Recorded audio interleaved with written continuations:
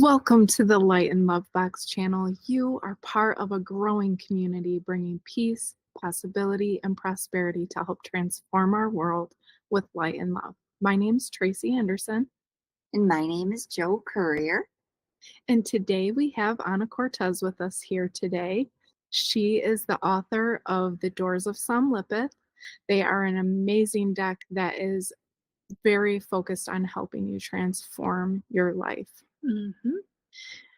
Yes, so And our connection to the deck is that this has been the inspiration over the last 13 months. It'll be a total of 13 months that we use Anna's cards to help create the intention. And we've actually, Tracy has written quite an elaborate saga, and it's it's awesome. So that's the connection that we are partnering with Ana to use not only the card, but runes and then the other items in the box so that you can manifest your dreams. yes. Well said. So we got together as a group, and we actually, to plan for these 13 boxes that would be released, we drew cards and we drew runes to go with them. So if you joined us last month's video, you know that Galahad was actually in the gate cards, but he ended up being the card that was drawn for this box. And ironically, he was drawn with the rune Weird, which is a blank rune. And that's kind of a newer addition to the Elder Futhark runes. But I believe it's a very important rune because it gives us that connection to the divine at work on our behalf. And sometimes I feel like we feel like we're doing everything all by ourselves, but we've got, guides, angels, with us all the time. We have a support team and we don't always feel it, but it's always there. Yeah. So I really, this combination of Galahad and that rune, I think is a very powerful message to us as we are trying to find our purpose in life and, identifying that quest that's going to fuel passion and excitement and, carry us through life so that we can be a blessing to other people. Creating our own story and going on the journey, the quest, and all the things that we discover about others and ourselves, and all the ways that we can be of service on that quest. And all of those things connect. And I love the idea of that rune that has nothing on it, that blank rune. It's as if you write your own fate. And I truly believe that we all do that every moment with every choice, with every time that we say something, whether we're kind or unkind, whether or not we're profound or we're just silly. I mean, we write our own fate. Well, and I also believe that this box, with the combination of the card and the rune, really creates a pivot point. Where yes, we all need to keep healing and evolving and moving forward in life, but it's that change to now focusing on being a blessing to other people and kind of that being full so that you can freely give to others. The other connection, I'll let you talk in just a second, Ana. Yeah. No, you guys are doing great. I'm loving this.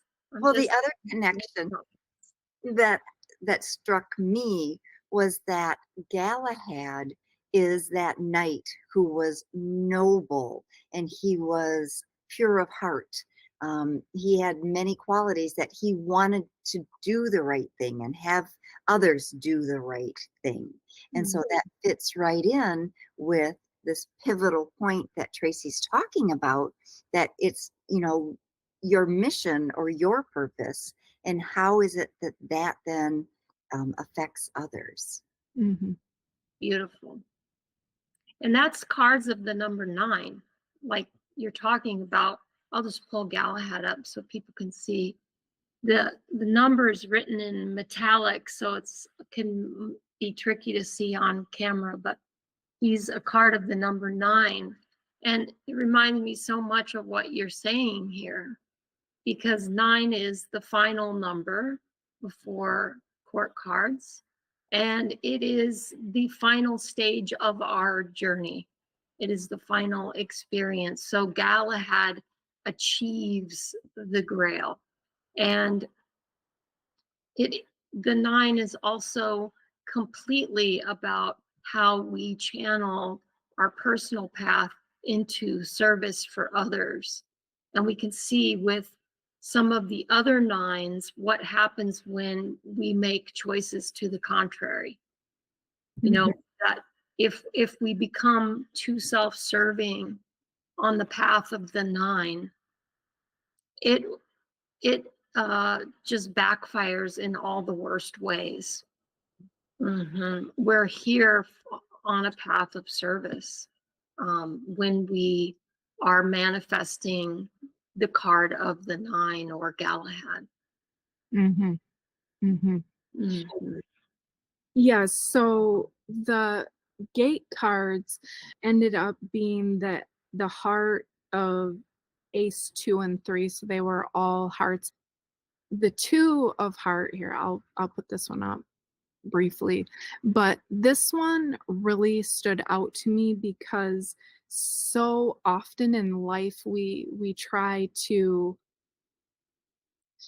it's like we use up more than we actually have, and this concept of being full and being a receptacle to receive and not always just giving. But it was also that concept of the divine nurturing us and being open to receiving that. Mhm. And, you had mentioned that's kind of like the grail concept here. Yes. Well, it's a chalice. Yeah. This card is Yeah. actually a golden chalice. Yeah. Mhm. Yeah, so that really, I think that really hopefully came out in the story, because that was like a really strong connection, just that being filled so that Right. you can give. Yeah. Yeah. That's a great way to look at that card. You have to have your cup upright to receive for a certain period of time so that you have something to dispense and give to others. And it really has to be a balance. Mhm. If you don't pour out enough, then how are you supposed to keep receiving?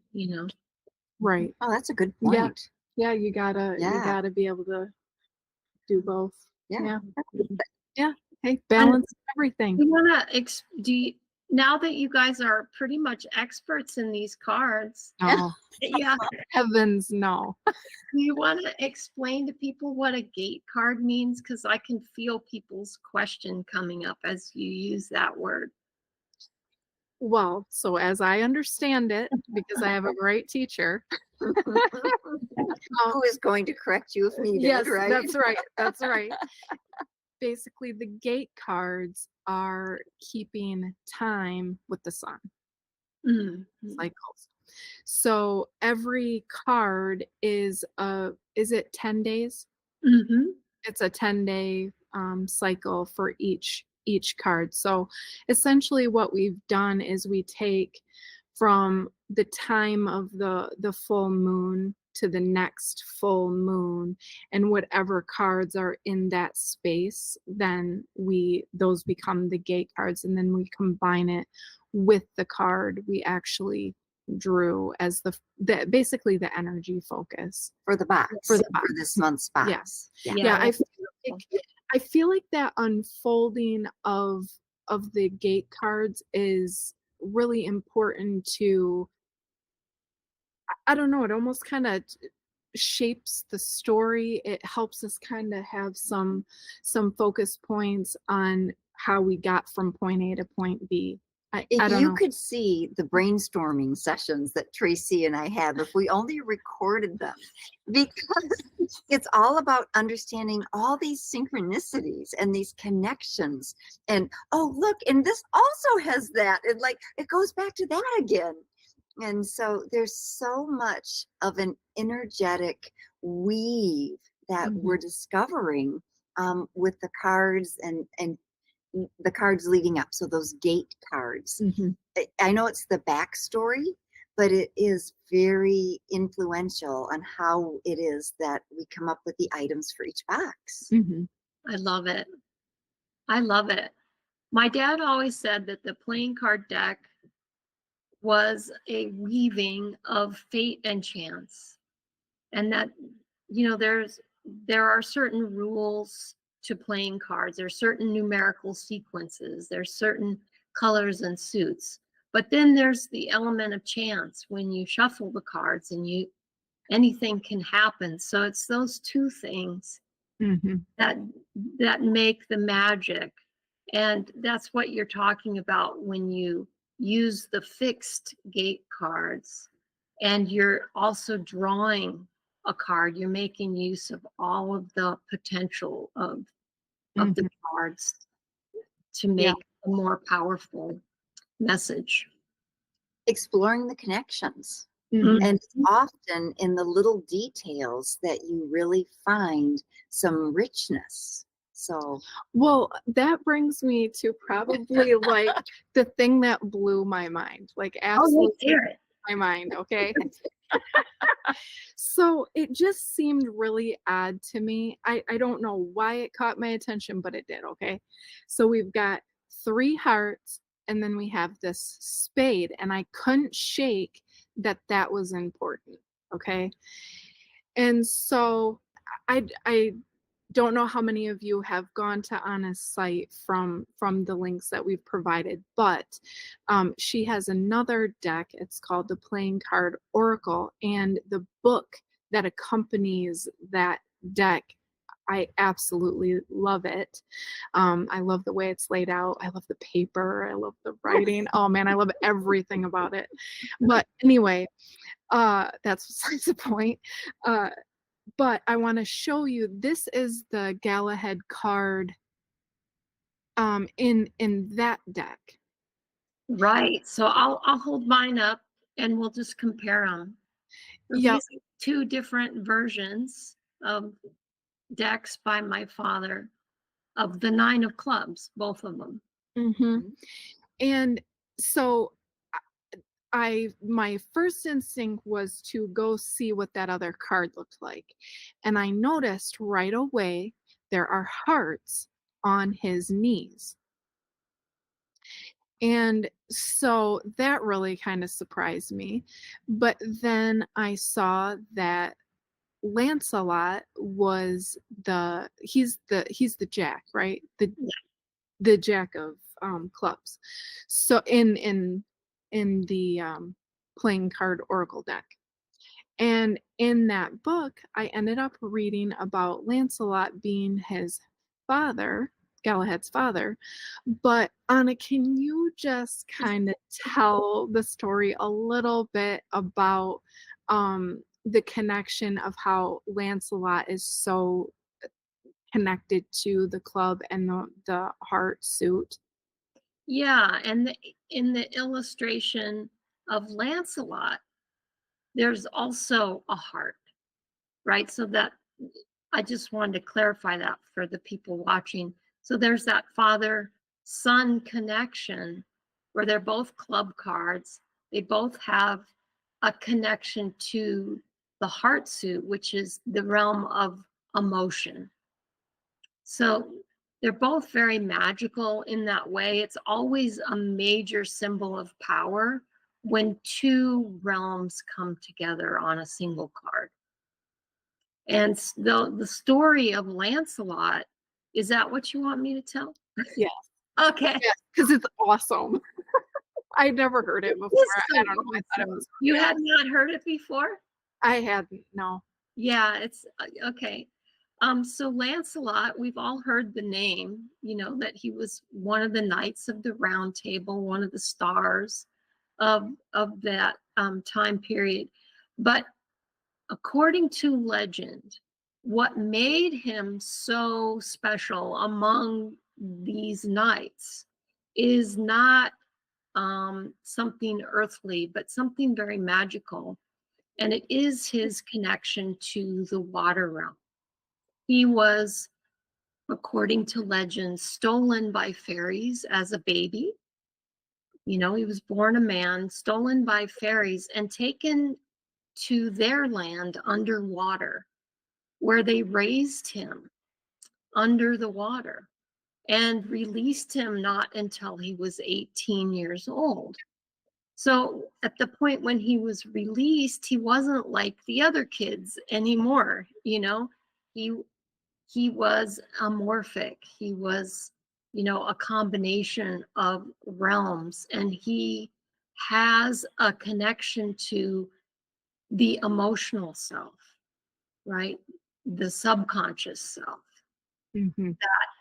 A different club card, a different card in the element of air would not have, Hmm. you know. So that gave him his abilities as a knight, which you wouldn't think of emotion being such an important quality, but it was the combination of those realms that really turned him into a god, Hmm. more than a man. Hmm. Yes. So that stood out to me really strong. This heart progression to them, the club. Now, the next thing that really stood out to me, I was I was reading, and forgive me, I'm gonna look at my notes. Um, Tracy the scientist. I love it. if you saw my crazy notes, oh my goodness. Yeah, I've heard about it. I've seen it Um, on a glimpse. Yeah. It's almost as if it's this map or this flow chart of ideas that goes through, and one idea connects to the next and then the next. And it's a little bit artistic, but it's much more scientifically like a flow chart. It's like 100 sticky notes, right? Yeah. well, here, I'll just give you a little glimpse. There she is. Excellent. Oh gosh. But anyway, in the Doors of Somlipith, so you talk about, so from Galahad's perspective, okay, Mhm. talking about going on a quest, um, and that kind of concept, and it's asking you to really look at what is your goal, what are your dreams, really looking at those things, but then he had to make sacrifices to get to that goal, that dream, that thing he was Mhm. pursuing. Mhm. And it kind of asks, what are you willing to sacrifice in order to reach that Yeah. goal? Yeah. And I got to thinking about that, and I'm like, man, if I knew everything I was going to have to sacrifice to reach the goal that I am pursuing, I think most people would be too scared to ever start. I think that's the story of most people's lives Right. when they actually Wow. look at their dreams Mhm. and have the drive to pursue them. Yeah. So I think that not knowing everything you're going to have to sacrifice is Mhm. just a blessing. Yeah. And a trick from creator. Yeah. Yes. Yeah, a little bit. Because along that path that you're moving towards, whatever your dream, vision, goal, passion, whatever you're shooting for, along that path there's all these opportunities to grow and release and make changes and really kind of transform along the way. Like you're really like, even if I look back just a few years ago, I'm not even remotely the same person that I was even just a few years ago. And so I think I think because we get to see things, in these little small increments. Little vignettes in our life. Yeah, so then when it's time to make a change, because you've been doing this growing all along, then you can say, "Okay, I can make this change. I can do this." Mhm, And then you can take that next step. mhm. And then when you look back, you're like, "Whoa, wha I." I lived through all of that. Right, Yeah. right. So. One of the things that in the space of um, the work that myself and my husband do, we have many people come to us looking for guidance or for assistance. And one of the most asked questions is, help me find my purpose. Can you help me Mhm. find my purpose? Mhm, Isn't that interesting? I've even, we together, my husband and I, hosted an entire retreat called Live with Purpose. And this box, the quest, is just a reflection of what so many people are searching for. Mhm. Too often, rather than doing the work that requires those sacrifices, and like Tracy said, blinders, not knowing what you're going to have to go through sometimes Mhm. thing. But most people want to be able to walk out of their front door, have golden arrows on these little signs in their grass and say, purpose this way. It doesn't work. No, It's it like, doesn't, especially when it's a true calling, mhm, yes. and I think a lot of times you can travel down a certain path for a while, trying to test it out, and you can have a certain passion for a lot of things. mhm, And then maybe you wind up switching courses and come to find that that actually played a role in you finding or refining your search, kind of like a ball in a pinball machine. You bounce off here and you wind up over there. But yeah, and I think a lot of people want that ultimate purpose or that ultimate passion, that calling, but it's not always forthcoming like that. I think it's a step, the 9 is the final step. This mhm, is when Galahad discovers his purpose, and he's probably been on the path all along, but only clearly saw the grail on that ninth step. mhm, So I think finding purpose is such an interesting question. We need meaning mhm, in our lives, and we're so lost without it. And I think it's harder and easier today than in other times past. We have unique challenges in mhm, these times. Yeah, Galahad's really important that way. mhm, And you've got to have that heart, right? You've got to have the emotional passion for that purpose. It can't just be a mental thing. mhm, And that is, in essence, finding a place where you do, in some way, offer service to others. Hmm. But it's not always being this figure who is revered, and you don't, it's not always a big, glamorous purpose. Sometimes, Right. it can be as simple as being the person that changes the flat tire so the mom with the baby in her back seat can keep going on. Yeah. Without that person to help with the tire, it would mhm, not have been able for that other person, the mom, to be able to move forward. Right. So we all have a place and a role, mhm, and it's our attitude and our beliefs and our true heart sense that needs to guide us in those things. mhm. Mhm.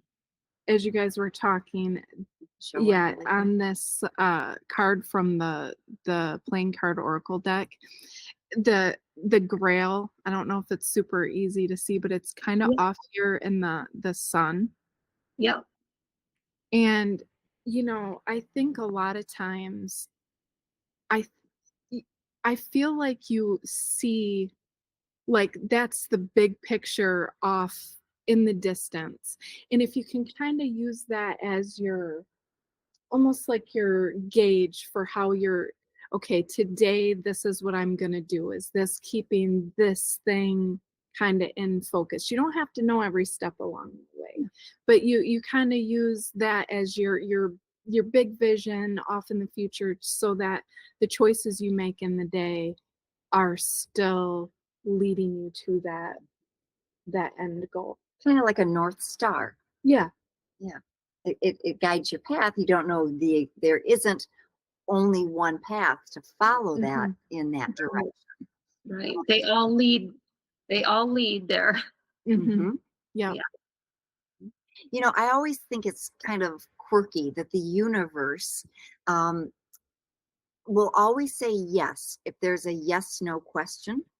So, should I go and do this?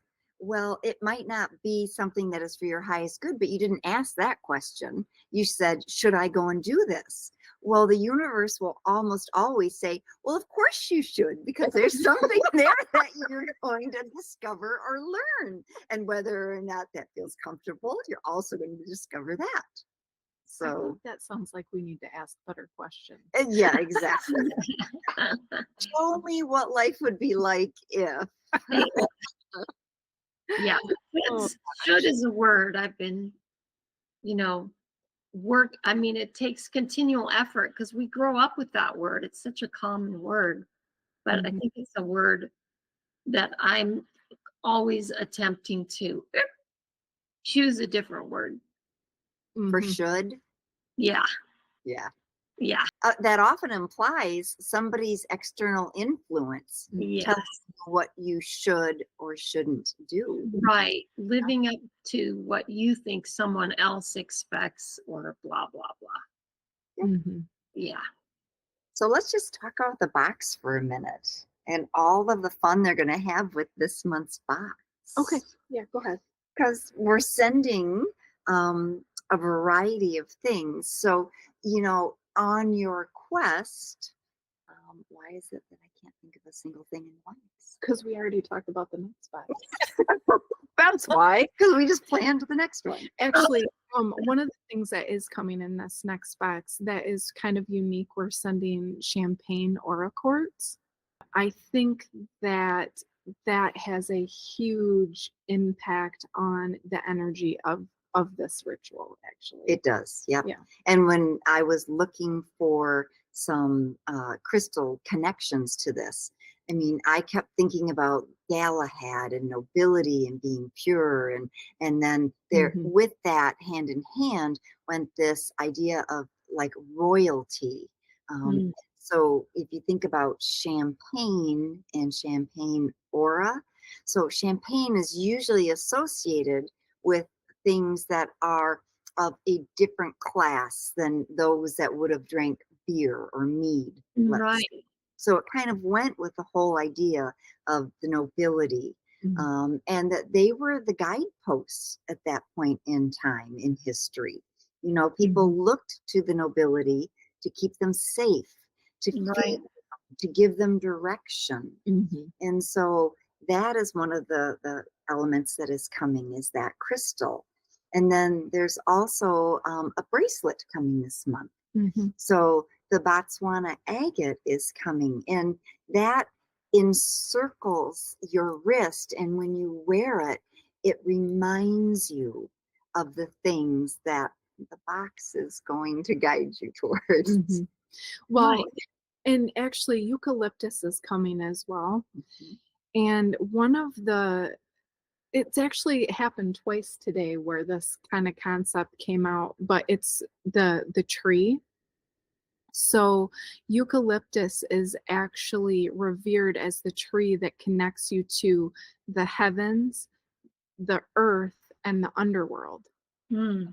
And if you look at it from another perspective, that's like the higher self, you know, your physical reality, and then the subconscious, you Hmm. know, are the roots. And Mm-hmm. so it's that concept of being able to connect all the levels so that you do see from a higher perspective, and you can make choices along your path that keep you moving towards your goal Nice. dream. Nice. I love that idea with the crystal, like those two things together. Hmm. Hmm. Have either of you seen a eucalyptus tree growing? I Yeah. Yeah, they're Yeah. huge. They're very tall, Unbelievable. unbelievably tall. The bark comes off. And when we were actually living in California, it was one of the reasons that wildfires would spread so readily, because when fire comes in contact, remember, eucalyptus is an oil. Hmm. And so that oil, when it would heat, would explode, Mm. and it would then, the fire would travel on that oil and then spread farther and farther.